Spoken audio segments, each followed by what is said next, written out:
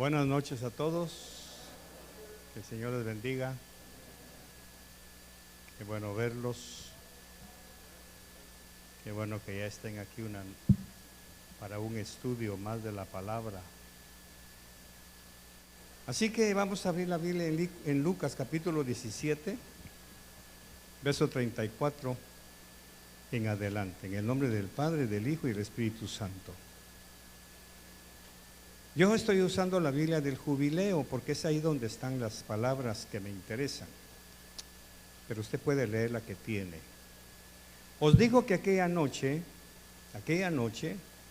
estarán dos en una cama, el uno será tomado y el otro será dejado. Dos mujeres estarán moliendo juntas, la una será tomada y la otra será dejada. Dos estarán en el campo, el uno será tomado y el otro será dejado. Y respondiendo, los discípulos le dicen: ¿dónde, Señor? Y aquí está la frase que me tardé años en encontrar su significado. Y él les dijo: donde estuviera el cuerpo muerto, dice otra versión, ¿verdad? Donde estuviera el cuerpo, ahí se juntarán también los buitres. Esta es la versión de las Américas, la del 60 también, pero en la Biblia de Jubileo dice las águilas. Aunque el buitre y águila es lo mismo, porque según la naturaleza los buitres y las águilas son carroñeros. Así que cuando uno lee eso, bueno, ahí también se juntarán las águilas, que son animales de carroña, o los buitres, que son los opilotes para nosotros. No muy cuadra el pasaje. Pero sin embargo, escudriñando todo esto, nos damos cuenta que la palabra habla de lo mismo: águilas o buitres. El águila porque es más elegante, como lo vamos a ver más adelante. Espíritu Santo, te ruego sabiduría, que no hable yo de mí mismo. Me niego ante ti para que seas tú quien nos enseñe, que nos instruya y quien nos eduque, Señor. Muchas gracias en el nombre de Jesús. Amén. Un pueblo bien educado, no estoy hablando de educación académica, un pueblo bien educado en la palabra sabe discernir, como dice Pablo, sabe discernir lo que se enseña. Entonces yo quiero que el pueblo que se congrega con nosotros sea un pueblo bien educado en la palabra, bien enseñado, porque vienen vientos de doctrina, vienen enseñanzas falsas que mucho pueblo va a ser arrastrado. Algunos ya lo son, pero nosotros debemos de cuidar mucho nuestro estatus en la palabra, y para eso necesitamos ser bien enseñados y bien educados, no por mí, porque yo mismo necesito ser enseñado, sino por el Espíritu Santo. Por eso es que en esta temporada, en esta fase que estamos empezando a vivir, darle la oportunidad al Espíritu Santo para que me enseñe es lo más importante. Hace muchos años nos visitaron unos misioneros cuando estábamos en el barrio Belén, y uno de ellos me enseñó algo y me dijo: mire, pastor, dígale al Espíritu Santo que lo pastoree. Pero si el Señor es mi pastor, nada me faltará. Hablando de Jesús, ¿por qué tengo que pedirle al Espíritu Santo? En ese momento no lo entendí, porque el Salmo dice: el Señor es mi pastor, y para mí el Señor en aquel tiempo era el Señor Jesús. ¿Estamos de acuerdo? Pero con el devenir del tiempo he ido aprendiendo que realmente nosotros tenemos que saber que el Padre es el Señor, el Hijo es el Señor y el Espíritu Santo es el Señor. Por eso dice Pablo en otra parte: el Señor es el Espíritu. ¿Qué Espíritu? El Espíritu Santo. Y donde está el Espíritu de Dios, ahí hay libertad. Entonces, viendo todo eso, me doy cuenta y acepté, después de tantos años, aquel consejo de aquel misionero: pastoréame, Espíritu Santo, pastoréame, enséñame, nútreme, aliméntame, enriquéceme, pero no de dinero, sino de palabra, de misterios, para poder enseñar y para poder instruir. Bueno, ¿de qué está hablando Jesús en estos versos que acabamos de leer? Cuando hacemos un estudio más detallado y buscado la perla escondida en sus palabras, aprendemos mucho de lo que Jesús enseñó Jesús siempre trató de citar lo que ya estaba escrito por los profetas. Por eso dice también que a los discípulos de Emaús les abrió los ojos, mencionándoles las escrituras que hablaban de él. Cuando van camino sintiendo su fracaso, decaídos, decepcionados, porque su líder había muerto en la cruz y no había resucitado según ellos, van con su fracaso a Emaús, y Jesús, sabiendo eso, los alcanza para sacarlos de ese sentido de fracaso, haciéndoles creer el fracaso de que Jesús era un mentiroso. Ellos necesitaban una prueba ineludible. Y aquí hay detalles muy importantes, muy interesantes de este pasaje. Porque cuando usted llega a una casa en donde no es el dueño, difícilmente usted se sienta a la cabecera de una cama, de una mesa. Usted se sienta a un lado o le pregunta al dueño dónde me puedo sentar. Porque la cabeza de ese hogar no es el visitante, es quien es la cabeza, el dueño. Y estos hermanos van caminando, Jesús se les aparece y dice la Biblia que les empieza a explicar, empezando por Moisés, luego por los salmos y los profetas. Eso quiere decir que Jesús utilizó mucho la Torá, los 5 libros de Moisés, más los salmos y los profetas que componen el Tanaj. Bueno, pero lo interesante de esto es que cuando llegan a la casa, dice, y sentándose a la mesa, vea pues los detallitos que nos da la palabra y que a nosotros no le damos importancia cuando no sabemos o cuando no estamos educados para leer la palabra. Y sentándose a la mesa, partió el pan y se los dio. En ese momento fueron abiertos los ojos. La primera pregunta, ¿por qué un invitado se está sentando a la cabecera de una mesa si no es lo correcto? Segundo, el pan lo tenía que haber partido el dueño de la casa. ¿Por qué lo hizo Jesús? Tercero, en ese momento cuando partió el pan se les abrieron los ojos y es el maestro, y en ese momento se invisibilizó, se fue, pero ya el shock había sido efectuado. Ahí tenemos como Jesús es Señor, y al llegar a la casa toma el señorío. Ellos no se han dado cuenta, sencillamente él se sentó a la cabecera. A él no le tocaba agarrar el pan y partirlo, era el dueño el que tenía que repartirlo. Y humanamente hablando, él no es el dueño de esa casa. Pero Jesús lo está haciendo uso de su derecho. Necesito demostrarles que soy el Señor, el que les dije que iba a resucitar.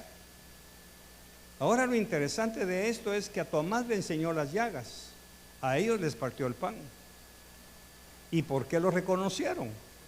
Porque ellos habían estado en la cena anterior y se dieron cuenta que cuando Jesús partió el pan y lo dio y les dijo, coman, este es mi cuerpo, lo mismo está haciendo en este momento.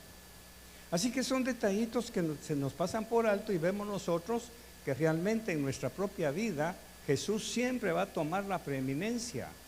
Él no necesita decirle, Jesús, siéntate a la cabecera. Él sabe que le pertenece ese lugar porque sí, porque Él es el Señor. Bueno, entonces en este momento de la lectura que estamos haciendo, por eso dice también que a los discípulos de Emaús les abrió los ojos mencionándoles las escrituras que hablaban de él. Quitemos entonces las capas que cubren la perla mencionada en el pasaje de Lucas 17 con respecto al fin de los tiempos. Un relato paralelo está en Mateo capítulo 24-28. Vamos a ver si lo leemos ahí. Dice, donde esté el cadáver, ahí se juntarán los buitres. Y en ambos versículos Jesús estaba parafraseando las palabras inspiradas en la primera mención. Ahí entra esa ley, donde se mencionó por primera vez ese episodio de relacionar las águilas o los buitres con el cadáver. ¿Dónde? Está en Job capítulo 39, verso 27 en adelante. O 28, vamos a ver, 28 por favor, 28, gracias. En la peña mora y se aloja, fíjese pues, fíjese el lenguaje figurado que usa Job. Y ahora nosotros que ya transitamos hasta la época de Jesús, vamos a ver algunas palabras que le pertenecen solo a Él. En la peña mora y se aloja, sobre la cima del despeñadero, lugar inaccesible. Desde ahí acecha la presa, desde muy lejos sus ojos la divisan. Sus polluelos chupan la sangre y donde hay muertos, ahí está ella. Hablando del águila, Job menciona el águila. Mateo y Lucas mencionan el buitre en estas versiones. Bueno, el simbolismo en esta alegoría de Job ayuda a revelar el misterioso pero valioso mensaje que Jesucristo dio muchos años después. Otras escrituras muestran por analogía lo que las águilas pueden simbolizar. Isaías habló de las águilas como una alegoría de las personas fieles a Dios. Ahora nos vamos a la segunda mención, porque Mateo sería la tercera. Y aquí es bueno que usted sepa algo. Para poder entender y comprender algo de Jesús tiene que tener 3 testigos. Eso lo dijo Pablo. En boca de 2 o 3 testigos se arregla todo asunto. O sea, se convierte en una doctrina. Entonces, la primera mención, ¿dónde está? En el libro más antiguo de la Biblia. ¿Cuál es? Job. Segunda mención, ¿cuál sería? No es ni Mateo ni Lucas, esas son la tercera mención, porque son las palabras de Jesús. La segunda mención está en Isaías, siguiendo un correlativo de la palabra. ¿Qué fue lo que dijo Isaías 40:31? Pero los que esperan en el Señor renovarán sus fuerzas, se remontarán con alas, ya no dice como buitres. ¿Ya vio la diferencia? Ok. Se remontarán con alas como las águilas, correrán y no se cansarán, caminarán y no se fatigarán. Isaías, que es el profeta por excelencia, que anuncia al Hijo de Dios, al Mesías prometido, ya cambia el concepto de buitre a águila. Sabiendo Isaías, estaba profetizando que Jesús iba a necesitar ese texto. Ya no el buitre como animal carroñero, ni el águila como animal carroñera, sino como la figura de los que esperan a Jehová. Entonces ahora vamos entendiendo. Veamos, regresemos a Job, por favor. Vamos a ver. Regresemos a Job, capítulo, ¿qué dijimos? 39. Y ahí están las palabras que vamos a descubrir esta noche. En la peña. ¿Quién es la peña en Éxodo? Es Cristo. Es Jesús. Cuando le dice, háblale a la peña, háblale a la roca. Entonces, en la peña mora y se aloja. ¿Quién? El águila. Sobre la cima del despeñadero, lugar inaccesible. Porque solamente los hijos de Dios moramos en lugares inaccesibles juntamente con Cristo. Entonces, ¿cuál es la relación entre todo esto y nosotros los cristianos? Vamos a ver. El contexto aquí es acerca del reino de Dios en la tierra. Aquí podemos ver que hay personas como águilas, que desde lejos no importan las tormentas, los vientos contrarios, las situaciones difíciles, están parados en la peña, en la roca, esperando alimentarse de lo que ella puede darles. Bueno, 2. Así como las águilas naturales ven con esperanza el horizonte, esperando que pase la tormenta, y buscan con sus ojos el alimento que está abajo en los valles, así los que son como las águilas no pierden de vista su horizonte con Jesús, esperando que de su mano brote el sustento para su vida, sus hijos y su casa. Este pasaje nos enseña entonces que habrán 2. Ahora regresamos a lo que dijo Jesús. Ya estudiamos esto, ya estudiamos aquí. Ahora veamos cómo lo aplica Jesús. Este pasaje nos enseña que habrá 2 personas en el mismo lugar. 2 personas en el mismo lugar. Uno con espíritu de águila, que aún en sueños está pendiente. Yo dormía, mas mi corazón velaba, dijo una de las águilas, llamado David, cuando escribió su salmo. Yo dormía, mas mi corazón velaba. Y sabemos que el águila, aunque la tormenta esté fuerte, se agarra duro de la peña, y aunque se mueve, aunque el viento y las tormentas la mueven y sus plumas y todo, no se suelta porque se agarra firmemente del águila, de la roca. Solamente los cristianos, los hijos de Dios, que son como águilas, uno de los dos, dice Jesús, uno será tomado y el otro será dejado. Solo uno de los dos va a tener el concepto, el espíritu del águila.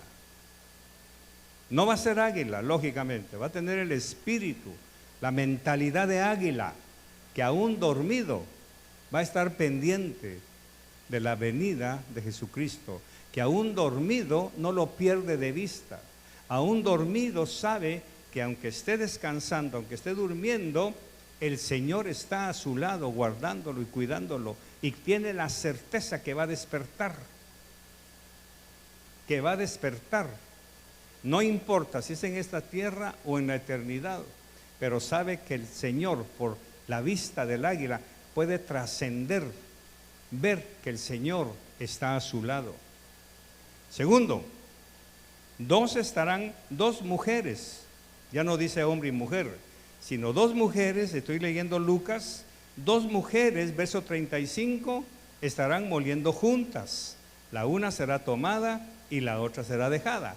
Lógicamente Jesús está tomando la figura de aquellos tiempos, que el molino lo usaban las mujeres, no los hombres. Entonces una mujer le da vueltas al molino para moler el trigo, el grano y toda la cuestión, mientras que la otra está descansando. Cuando ya le toca su turno, descansa una y la otra vuelve a moler. Ahora, una está pendiente como águila de que en ese momento podría venir el Señor. Ahora en nuestro tiempo nosotros sabemos que una madre y una hija, un padre y un hijo, cualquiera que sea la relación familiar, uno de los dos va a estar pendiente como águila de que en ese momento puede venir el Señor. La pregunta es, como hablaba al principio, nosotros hemos sido mal enseñados para segmentar el evangelio en nuestro corazón. Un evangelio cuando trabajamos, un evangelio cuando estamos en casa, un evangelio cuando vamos a distraernos.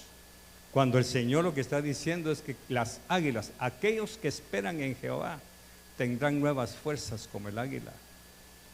Volarán y no se cansarán. Quiere decir que estas dos mujeres que están moliendo juntas y que una va a ser tomada y la otra dejada, es porque una estuvo pendiente aún en medio del trabajo, de que su conducta, su vida, su corazón esté conectado con el Señor Jesús. Y la otra, lógicamente, va a estar afanada, va a estar pensando en sus beneficios, en cuánto dinero puede ganar, en cuánto grano puede mover, en las cosas que está haciendo cotidianamente. Por eso es que hablaba con unos pastores esta semana y les decía, el trabajo es adoración a Dios. Cuando el Señor hizo a Adán y Eva, puso a Adán en el huerto del Edén para que lo adorara a Dios, labrando el huerto y cuidando el huerto. O sea que cuando usted trabaja como cristiano, el trabajo es una parte de adoración. ¿Por qué? Porque Jesús años más adelante dijo, mientras mi Padre trabaje, yo trabajo. Quiere decir que el trabajo de Jesús era hacer la obra del Padre. Cuando usted y yo trabajamos, estamos haciendo la obra del Padre. Y aquí hay una enseñanza muy bonita que quiero compartirles, que el Señor me acaba de enseñar. Dice Pablo que el Espíritu Santo le dio dones a todos, nos ha dado dones, para que los desarrollemos en beneficio del cuerpo de Cristo. Entonces, el don que usted tiene, normalmente nosotros lo concebimos, un don es profecía, palabra de ciencia, la prédica, la alabanza, la adoración, el servicio a Dios, ese es un don, pero no. Lo que usted hace, el don que usted tiene que desarrolla, carpintería, mecánica, vendedor, gerente, dueño de empresa, cocinera, lavandera, planchadora, todo eso son los dones que Dios le ha dado a usted para que los desarrolle en beneficio del cuerpo. ¿Qué quiere decir? Que por esos dones usted se va a ganar va a desarrollar su trabajo y va a ganarse el pan con dignidad. Porque hay pan con dignidad y pan con vergüenza. El pan de vergüenza es el del haragán, el que no hace nada, es el que todo lo tiene regalado. El pan digno es el que nos ganamos nosotros con nuestro trabajo. Entonces, trabajar es adorar a Dios. ¿Por qué? Porque estoy desarrollando el don que Él me ha dado. Un agricultor tiene el don de la agricultura. Eso fue lo que Dios le dio. Y con el fruto de su trabajo, de su agricultura, va a alimentar cuantas bocas que van a glorificar el nombre de Dios. ¿Me estoy explicando? Entonces, ¿cuál es su don? Pues yo trabajo en un call center. Pues ese es su don. Hágalo bien para glorificar el nombre de Dios, porque de ahí va a comer, humanamente hablando, y el nombre del Señor va a ser glorificado. Y todo eso va a ser de bendición para su familia. ¿Cuál es su don? Pues yo soy soldado, yo soy militar. Hágalo bien, dijo Pedro, no pidan soborno, trabajen y confórmense con el salario, porque es el don que Dios les ha dado. Entonces vemos cómo nosotros, la palabra como efecto dominó, va botando las piezas religiosas que antes teníamos. Bueno, hermana, ¿y cuál es su don? No, yo no tengo, hermano, yo solamente voy a la iglesia. No, usted tiene un don. Usted tiene un don que desarrollar. Si es costurera, usted tiene la virtud, la ventaja, el don, el regalo de Dios de saber coser las telas, de saber cómo poner el hilo, la máquina, cómo mezclar colores, cómo las texturas, todo eso que se utiliza.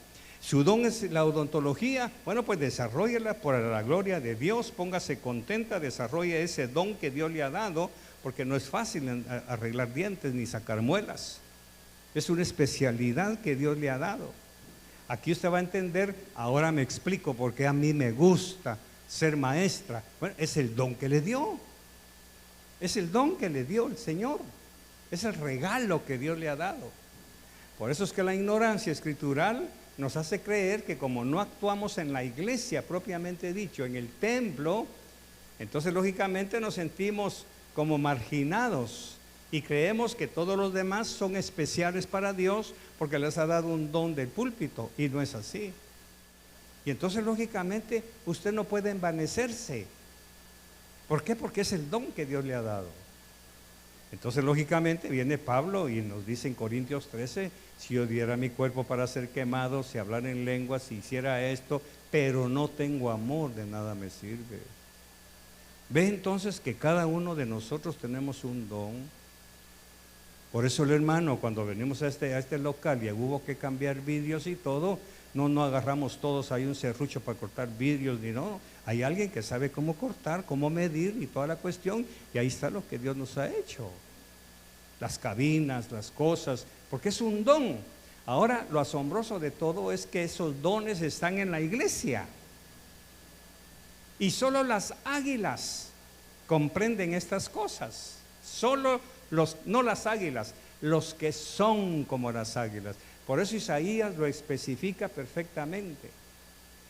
Veamos Isaías, por favor, hermana, para que lo podamos leer ahí en la pantalla. Isaías 40:31. Pero los que esperan en el Señor, porque dentro de nosotros hay gente que no espera en el Señor, espera en sus fuerzas, espera en sus capacidades, espera en su intelecto. Pero los que esperan en el Señor renovarán sus fuerzas cada día, cada minuto, cada segundo. ¿Y qué es lo que se renueva? Lo que se gasta. Quiere decir que para nosotros como seres humanos se nos gastan las fuerzas, se nos gastan las esperanzas, se nos gasta la visión. Pero los que esperan en el Señor renovarán sus fuerzas, se remontarán con alas como las águilas. Y entonces van a agarrar carrera y no se cansarán, caminarán y no se fatigarán, pero son los que esperan en el Señor. serán como las águilas. Entonces, dos estarán durmiendo en una cama, uno esperará en el Señor y el otro no. Dos estarán trabajando, una estará esperando en el Señor y la otra lamentablemente no.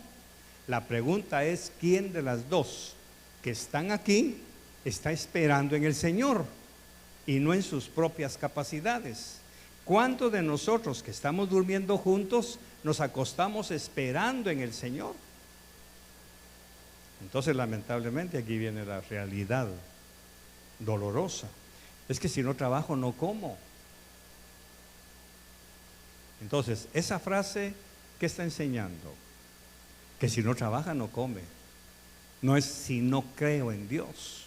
Porque aún trabajando, tiene que estar como el águila. ¿Dónde está el trabajo? En el molino. Dice que uno vendrá del campo. Dos estarán en el campo. El uno será tomado y el otro será dejado. Quiere decir que uno de los dos hermanos de visión de fe van a estar trabajando. Uno va a estar trabajando para hacerse él, para hacerse un nombre, para hacerse un prestigio, para darse a conocer, para hacerse famoso. El otro va a estar trabajando para glorificar a Dios. Va a estar trabajando como el águila. Va a estar trabajando como el águila que espera que el Señor le premie de alguna manera por su trabajo, por el don que está desarrollando. El otro está desarrollando el don para él. ¿Me estoy explicando? El que será tomado está trabajando el don para Cristo. Entonces aquí vemos cómo nosotros muchas veces nos engañamos, haciéndonos creer que porque estamos trabajando todo está bien y lo estamos haciendo para la gloria de Dios. No es así. El Señor repite esto que ya vimos, que la primera mención es con Job, luego viene con Isaías y el Señor le da la tercera mención a través de Mateo y todos ellos para darnos esta perla. Que no es el lugar donde estemos, sino que es la capacidad que tengamos para estar en ese lugar. Porque incluso aquí dentro del templo podemos estar dos, uno será tomado y el otro será dejado. ¿Cómo es eso? Por eso se insiste, mis queridos hermanos, traiga a su familia, traiga a su esposa. Yo sé que la situación está delicada, no hay buses, no hay quien cuide a los patojos, pero si van al súper, si van a la tienda, si van al almacén, si van a la calle, ¿por qué no las trae? Eso quiere decir que aún dentro de nuestro propio contexto familiar no estamos en sintonía con la palabra de Dios. No estamos trabajando nuestro espíritu, nuestra alma, nuestro corazón, nuestro interés. Por eso creo que, lo escribí, no me quiero salir del tema y lo voy a enseñar en otra oportunidad, pero yo tengo que tratar de que mi esposa se mantenga en ese nivel y ella exige de mi parte que me mantenga en ese nivel para que los dos estemos en la misma cama, en el mismo molino, en el mismo campo, trabajando, pero pensando siempre en el Señor. Por eso es que cuando me han venido episodios o me venían episodios, porque yo no veía fruto de mi trabajo, me desmoralizaba y mi mami me decía, no cielo, no confíes en la iglesia, deja que el Señor. ¿Qué estaba pasando? Que un águila me estaba ayudando a ver mi provisión que venga del Señor.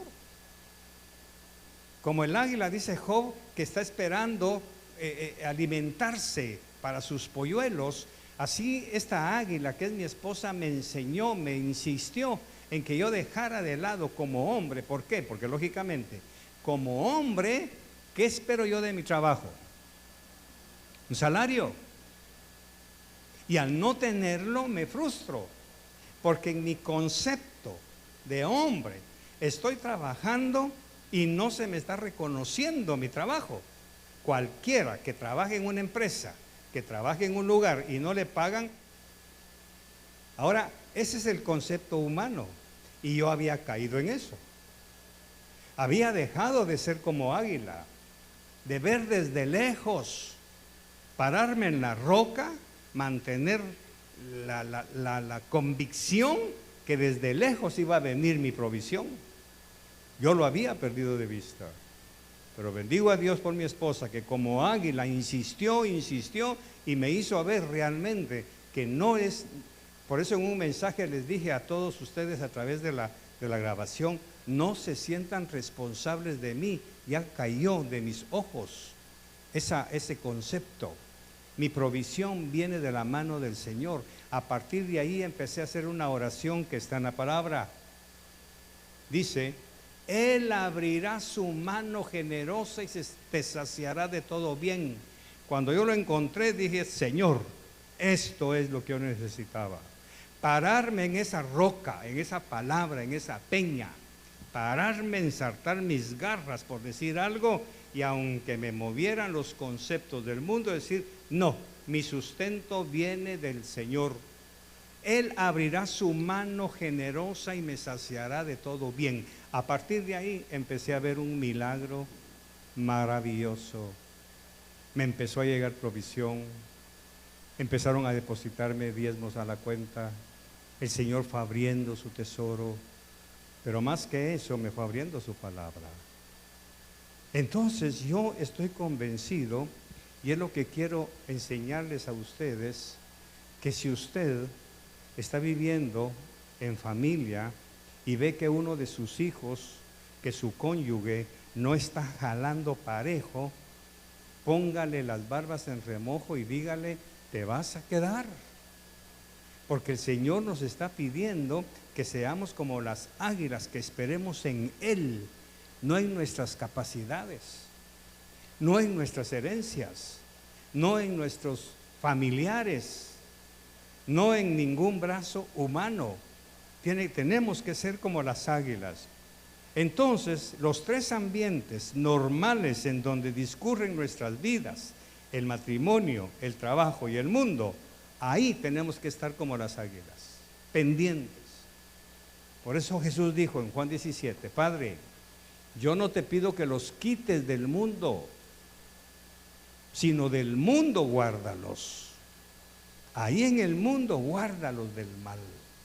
Porque es necesario, como dice Pablo, que seamos sal y luz de la tierra. Pero la sal tiene que mezclarse con todo. Pensando en la comida, si usted cose una olla de frijoles y le echa sal, ¿solo la mitad de la olla va a tomar sabor a la sal o toda la olla? Toda la olla. Entonces, cuando yo entiendo esos principios del reino de Dios, que soy sal para la tierra, donde yo vaya, empiezo a provocar sed en la gente, porque no estoy salando, sino solamente le estoy dando sabor a la vida. Trate de ver el mundo, su sociedad, su trabajo, su oficina, su barrio, como una olla en donde usted entra como sal para darle sabor. Pero tenga cuidado, no haga lo que muchos hermanitos que empiezan a agarrar: conviértase, hijo del diablo, conviértase aquí, que allá, conviértete, Satanás. Y entonces va a salar. Y todo lo que está salado, ¿qué sucede en el paladar? Lo escupimos. Entonces mucha gente no acepta el evangelio porque ya está salado. No salado en el aspecto de mala suerte, sino que ya está saturado de nuestra sal. A veces es necesario solamente estar ahí para despertar el hambre en otras personas. Voy a terminar. Vivíamos en un condominio y uno de los guardias nos veía entrar y salir. Y como el Señor nos ha dado la instrucción con mi esposa, que lo primero que hacemos es compartir con ellos lo que tenemos, porque son los más próximos que tenemos, que son los guardias que cuidan la puerta o los portones. Uno de ellos, con el tiempo que estuvimos dándoles, compartiendo y viendo nuestra conducta, empezó a darse cuenta que somos pastores. Cuando ya estábamos por cambiarnos de casa, me dijo algo: ¿se van a ir? Sí, nos vamos a ir de este lugar. No le expliqué por qué, pero sí nos vamos. La lástima, porque contaba con que usted asistiera a mi boda. Oh, ¿y desde cuándo me va a invitar a su boda? Yo le dije, mamá, fíjate que me invitó a su boda. Es que me di cuenta que ustedes son pastores. ¿Y qué más privilegio que tener un pastor en mi matrimonio? Entonces la pregunta, ¿desde cuándo empezó él a recibir ese saborcito que le fue despertando el interés en que yo estuviera en su boda? Entonces le dije, bueno, pues como nos vamos, ahí le dejo mi tarjeta con mi correo y me avisa, porque no tenía la fecha todavía, solo era para fin de año. Así que estoy pendiente de recibir la confirmación de que me tiene entre sus invitados. No voy a bendecir su boda, no voy a predicar, sencillamente él quiere que yo esté ahí. Ahora la pregunta que brota es, ¿por qué? ¿Por qué? Porque nació cierta simpatía entre él y nosotros. Al ver la conducta, fuimos leudando poquito a poco la garita de entrada que algunos de ustedes conocieron, y poco a poco fueron siendo leudados hasta que se despertó en ellos. En uno de los dos, en el otro no. El otro se van, pues ahí nos vemos, ¿va? No, el otro no, lástima que se van. Y ahora que quería invitarlo, pero déjeme su teléfono, yo lo voy a llamar. Y entonces, ¿por qué dos y solamente uno? Porque ese uno, en su fuero interno, fue leudado con la levadura del Evangelio, sin palabras, sin mensaje, sino con algo práctico. Entonces su vida tiene que ser totalmente transformada por esta palabra, de darse cuenta que usted no necesita cargar un letrero, no necesita ponerse un letrero ahí con tinta china de que soy cristiano, tiene que mostrarlo para que los que no conocen puedan conocer realmente que hay personas que no son como los demás, que somos personas diferentes, que pertenecemos a otro reino, al reino de la luz. Termino con esto. ¿Cómo está usted con su cónyuge? ¿Cuál es el interés de su cónyuge? Porque dos estarán en una cama. ¿Cuál es el interés de quienes trabajan con usted? ¿Qué los motiva? ¿Por qué trabajan? Es que si no trabajo no como. Esta persona no es águila. Porque el águila está esperando en medio de la tormenta que le llegue la bendición. Y no importan los vientos contrarios, sabe que su creador le va a dar el pan. No importa cuánto me atrasen mi sueldo, yo sé que el Señor es mi sustentador y de Él viene mi provisión. Entonces, ¿cómo están sus hijos? ¿A qué se dedican? Usted tiene que calificarlos. Son como águilas, están buscando y esperando en medio de sus estudios universitarios, en medio de su trabajo, tienen un tiempo para Dios. Están glorificando a Dios. ¿Qué se queda haciendo su esposa cuando usted viene a la iglesia? ¿Qué se queda haciendo su esposo cuando usted está aquí? Especialmente y con todo respeto, si ya no tienen hijos chiquitos que cuidar, ¿por qué no vienen los dos? Quiere decir que uno de los dos no está siendo como las águilas. Esto parece duro y es duro, pero tengo que decírselo. Para que no nos sigamos engañando. Es que ¿sabe qué pasa? Que como trabaja mucho viene cansado. Ajá. Y si en ese momento le dice usted que vaya con mamachusa, comerse una buena tortilla con carne, ¿iría o no? De mil amores. ¿Y por qué no viene a comer palabra? Usted tiene que calificarlo. Es usted quien tiene que decirlo. Estoy durmiendo con alguien que no está como las águilas. Estoy trabajando con alguien que no es como las águilas. Y estoy labrando mi campo con alguien que no es como las águilas.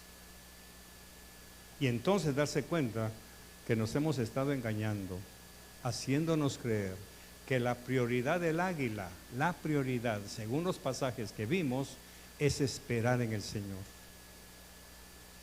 Por eso sabemos que las águilas tienen un ojo como nadie en el mundo.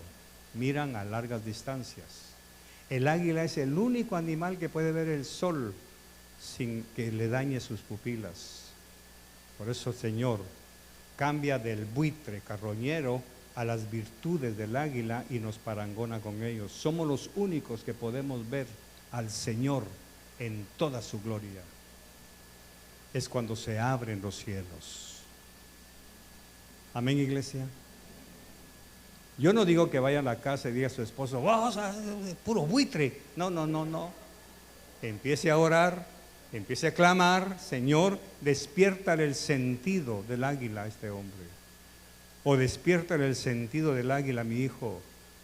O despiértale el sentido del águila a mi hija, a mi esposa, a mi esposo. No quiero, qué doloroso será que en el día final, allá arriba, cuando ya seamos transformados, usted busque a su pareja, busque a sus hijos, busque a sus compañeros y no los va a encontrar. Por eso aquí no habla de amigos. Si vemos bien los tres diferentes niveles, es el hogar, el matrimonio, es el trabajo y es la casa. Al Señor no le interesa nada más.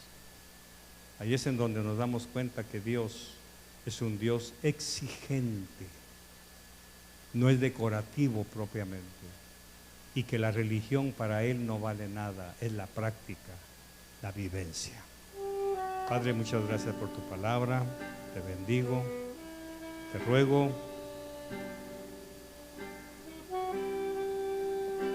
que nos ayudes a asimilar estas enseñanzas que enriquecen nuestra vida. Guíanos, despierta en nosotros el sentido del águila, para que no importa cómo estemos, en dónde estemos, en el mundo, en el trabajo, en las ocupaciones diarias, siempre estemos pendientes de que tú puedes venir en cualquier momento, que en medio de la tormenta tú puedes venir como el águila ve la tormenta, que en medio de la paz y la tranquilidad tú puedes venir, que no importa si es de noche, si es de día, no importa si es día feriado o día de trabajo, que estemos siempre expectantes de tu presencia, Señor. Muchas gracias, llévanos en paz a casa, guárdanos en el camino y gracias por tu misericordia. En el nombre de Jesús, amén y amén.